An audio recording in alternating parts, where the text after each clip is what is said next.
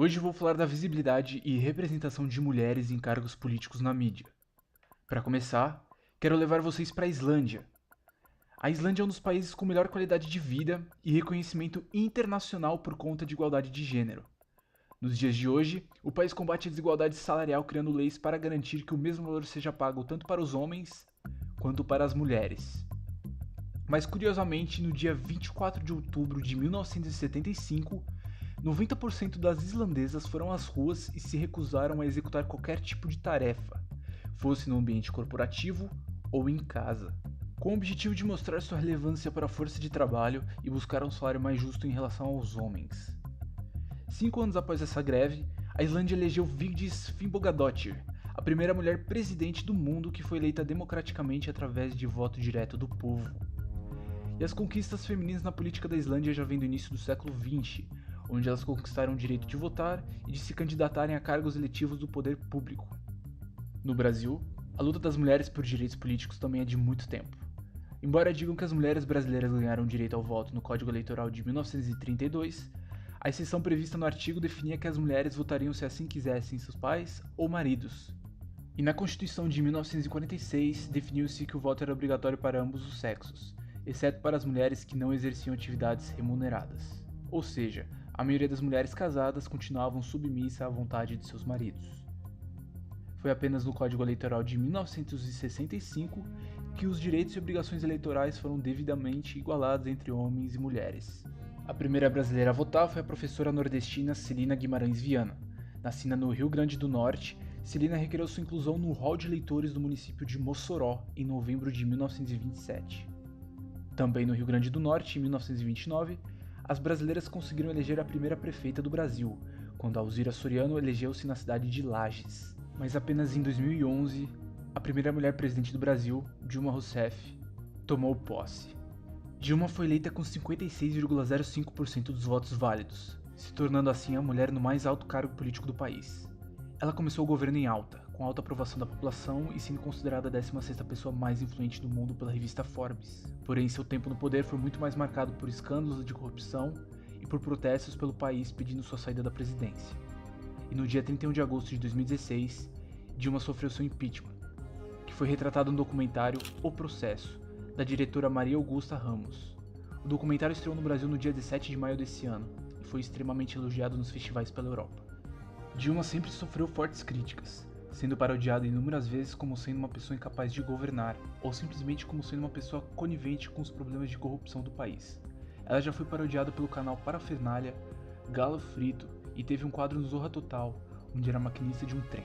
Aqui todo mundo sabe que eu não preciso de máscara, mas a companheira Dilma maquinista precisa de uma, olha só. É ruim, hein?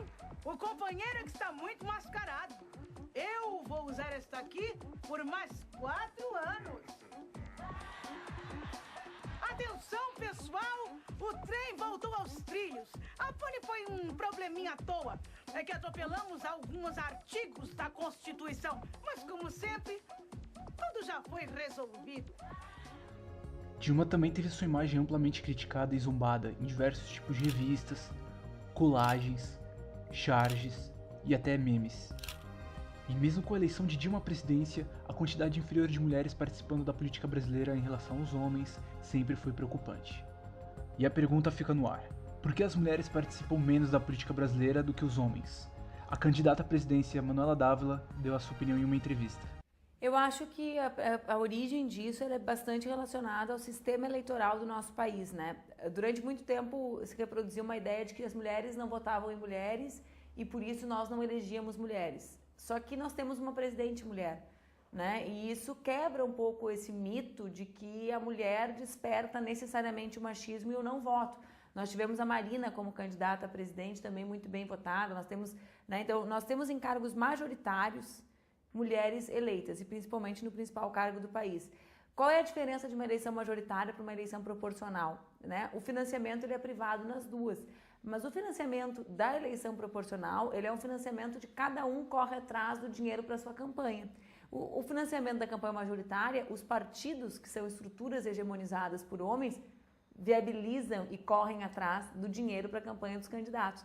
Então, a origem, para mim, ela tem relação com o que é o peso do dinheiro na política brasileira, que eu sempre digo, as pessoas falam, o Congresso é a cara do povo. O Congresso não é a cara do povo, o Congresso é a tradução que o dinheiro faz da cara do nosso povo, né? Então, esse dinheiro vem de onde? Vem de empresas que são masculinizadas. Quem consegue esse dinheiro, né? Nas eleições proporcionais é cada um por si, e esse cada um por si, os homens têm relações com homens, a política e o poder, e a economia são absolutamente conectadas, então eu acho que é mais difícil para uma mulher se eleger no parlamento. Claro, aqui eu estou abstraindo todas as condições que fazem com que seja mais difícil para a gente militar do que para um homem, né? Eu estou falando já na disputa eleitoral mesmo. O tempo de televisão que os partidos cedem, né? A TV, que é aquilo que é público, que não conta, que sai fora desse financiamento privado. Quem escolhe quanto tempo nós vamos ter cada um dos candidatos? Então, a gente tem a lei de 30% de cotas, mas ela não é transferida para o tempo de televisão dos partidos, 30% do tempo de televisão, né? E, claro, se a gente vai mais profundamente, a gente vai saber que é muito mais difícil para uma mulher ser militante do que para um homem, né? Porque toda essa jornada de trabalho dupla que é atribuída culturalmente a nós mulheres, ela incide nos espaços da vida que a pessoa poderia militar. Então, eu vou pegar meu filho na creche, né? Ou eu não tenho creche, onde é que fica esse filho? É muito comum a gente ir nas conferências dos partidos, agora até já tem algumas creches, né, ali que fazem criação com as crianças. E as pessoas se incomodarem porque a mulher está sentada com o filho pequeno no colo e ele está chorando. Aí pedem silêncio, culpando a mulher pelo barulho do filho, quando na realidade ela está fazendo um esforço gigantesco para estar ali com aquela criança que não tem... Então, assim, toda essa rede de ausências do Estado, que deveria ser uma rede de proteção, ela também dificulta muito mais a vida da mulher do que dos homens. Outras personalidades femininas da política também ficam nos holofotes por motivos não justos. A ex-secretária de Estado dos Estados Unidos, Hillary Clinton, também passou por muitas críticas pelo fato de ser mulher, ao disputar as eleições para a presidência dos Estados Unidos em 2016. A woman be president. The presidency is a man's job. I have women are qualified to be president. No. A female has more hormones. She could start a war in 10 seconds. If she has hot flashes, whatever, boom. Haven't all wars been started by men? Yes. Assim como Dilma, Hillary também foi alvo de diversas paródias e charges, muitas criticando seu lado sexual e o fato de ser mulher.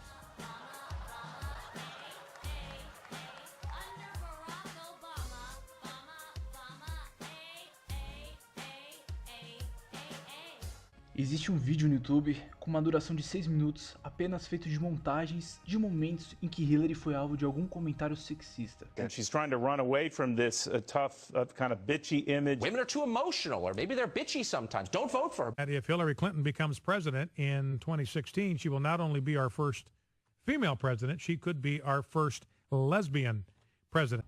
Já no cinema e séries de televisão, a situação se mostra um pouco mais positiva, já que muitas figuras importantes da política, em vários casos, são mostradas como figuras firmes e determinadas, como no filme de 2011, A Dama de Ferro, que conta a história de Margaret Thatcher, que é interpretado por Meryl Streep, que aliás foi indicada ao Oscar pelo papel. Por que não? Porque as pessoas, de um modo geral, acham que a taxação é claramente injusta. Bobagem, uma grande tolice. É uma simples proposta. Quem vive nesse país deve pagar pelo privilégio, alguma coisa, qualquer coisa. Se não paga nada, não liga para nada, por que se importar onde joga o lixo? O Conselho de Estado é ruim? A cidade é suja, quem se importa? Não é problema seu, é problema de alguém? O problema é do governo. Problema de vocês. Já no streaming, temos a série The Crown, onde mostra o início da jornada de Elizabeth II como a rainha da Inglaterra. Na série ela também é vista como uma mulher ambiciosa que se dedica ao máximo para poder cumprir seus deveres diante da coroa. It's not as easy as it looks. That's exactly what the king said. Outras séries também destacam mulheres em papéis importantes na política, mas elas ainda são muito escassas. Tanto na ficção quanto na vida real, as mulheres ainda lutam para garantirem seus direitos e para que tenham voz nos mais diversos ambientes. A política ainda é uma área muito nociva para elas. É necessário lutar para que o futuro seja melhor, e que as vozes na política, mais diversas e mais respeitadas. We're just getting started.